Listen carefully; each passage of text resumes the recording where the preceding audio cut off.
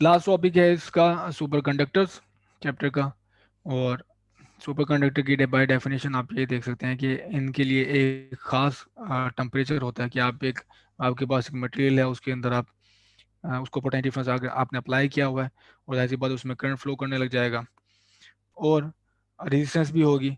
तो अगर उस मटेरियल का आप टेम्परेचर कम करते जाएं तो एक खास टेम्परेचर पे, एक खास पॉइंट पे उसकी रेजिस्टेंस जीरो हो जाएगी, रेजिस्टिविटी जीरो हो जाएगी, उसका रेजिस्टेंस जीरो हो जाएगा। ठीक है, सडनली ड्रॉप हो जाएगी आपके पास एक खास टेम्परेचर के बाद।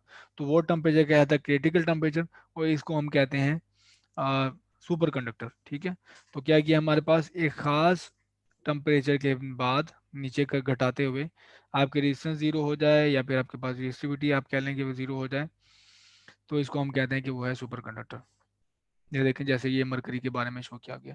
तो आप ये देखें टेम्परेचर घटाते घटाते आए तो इस पॉइंट पे ये देखें इसकी अच्छी खासी रेजिस्टेंस है, 0.4 14 समथिंग, ये 0.13 समथिंग है। आपने और घटाया टेम्परेचर तो यहाँ पे आपके पास है टेम्परेचर रेजिस्टेंस को 0.15 115।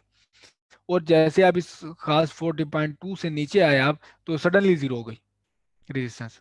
ठीक है, तो सडनली जीरो होगी, तो ये हमारे पास क्या है, ये इस केल्विन पे 4.2 केल्विन पे, जो कि खासा लो टेम्परेचर है, तो हमारे पास जो मरकरी है वो सुपर कंडक्टर बन जाता है। तो ये सुपर कंडक्टर की डेफिनेशन है। अभी तक काफ़ी हमारे पास जो कंडक्टर हैं वो बहुत ही लो टेम्परेचर पे हैं। अभी एक तो मैंने आपको ये दिखाया 4.2 केल्विन, बहुत ही कम आपके पास बनता है। आप कह लेंगे -268 या -269 डिग्री सेंटीग्रेड, जो अच्छा खासा लो टेम्परेचर है, ये इसका इस पे जाके ये मरकरी सुपर कंडक्टर बन जाता है। तो ये एक रिसर्च जो है वो ऑन गोइंग है कि आपके पास ऐसे सुपर कंडक्टर ढूंढे जाएं जो कि रूम टेम्परेचर पे ऑपरेट करते हो, क्योंकि हमारे पास जो डिवाइसेस हैं वो माइनस जो हम इतना जो जिन डिवाइसेस के साथ हमारी इंटरेक्शन होती है, जो हम यूज़ कर रहे हैं, जैसे कि लैपटॉप है, ये तो इस इतने लो टेम्परेचर पे नहीं रखा हुआ, ये तो हमारे पास रूम टेम्परेचर पे रखा हुआ है। तो हमारे पास मोस्टली डिवाइसेस सारी रूम टेम्परेचर पे रखी हुई हैं। तो अगर हमारे पास इस तरह से सुपर कंडक्टर ऐसे मिल जाएं जो कि रूम टेम्परेचर पे ऑपरेट करें, यानी कि उनका क्रिटिकल टेम्परेचर रूम टेम्परेचर के करीब हो, तो ये जो होगी आपके पास ड्रास्टिकली जो आपके पास जो टेक्नोलॉजी है वो चेंज हो जाएगी। आपकी सारी जो डिवाइसेस हैं वो सुपर कंडक्टर बन जाएंगी, और आप कम एनर्जी दे के, ज़ीरो वोल्टेज दे के, या अप्रॉक्सीमेटली ज़ीरो वोल्टेज दे के हमेशा के लिए अपनी अप्लायंसेस जो हैं वो जो चला सकते हो। सुपर कंडक्टर का आपको यहाँ से भी फायदा नजर आ रहा है कि लेट से अगर आपके पास बैटरी है वो सुपर कंडक्टर से बनी हुई है, सारा पूरा उसमें मटेरियल सुपर कंडक्टर लगा हुआ है, और वो रूम टेम्परेचर पे ऑपरेट करता है। ठीक है, तो वो क्रिटिकल टेम्परेचर उसका क्या है, रूम टेम्परेचर ही है लेट से। तो अब जब उसकी रेजिस्टेंस ही जीरो हो गई हर चीज़ की वहाँ पे उस टेम्परेचर पे, तो आप इसको माइनस ऑफ वोल्टेज दोगे तो उसमें करंट हमेशा के लिए फ्लो होते रहेंगे, एनर्जी डेसिपेट नहीं होगी। तो इस वजह से इसके ऊपर बहुत रिसर्च जारी है। एक और चीज़, सुपर कंडक्टिविटी ये इंटायरली डिफरेंट है कंडक्टिविटी से। ऐसा नहीं है कि आप ये जो आपके पास अच्छे कंडक्टर हैं जैसे कॉपर है या फिर आपके पास सिल्वर है या गोल्ड है, आप उसी को टेम्परेचर घटाते जाएं तो वो फिर नीचे जाके सुपर कंडक्टर बन जाएंगे, नहीं। ये कंडक्टिविटी सुपर कंडक्टिविटी से इंटायरली डिफरेंट फिनोमेना है, इंटायरली डिफरेंट फिनोमेना है ये।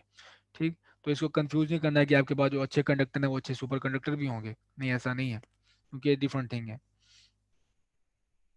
और सुपर कंडक्टिंग जो इनकी एप्लीकेशन है जो हम आजकल जो यूज़ कर रहे हैं, वो है कि सुपर कंडक्टिंग जब आप मैग्नेट्स बनाने में यूज़ होते हैं।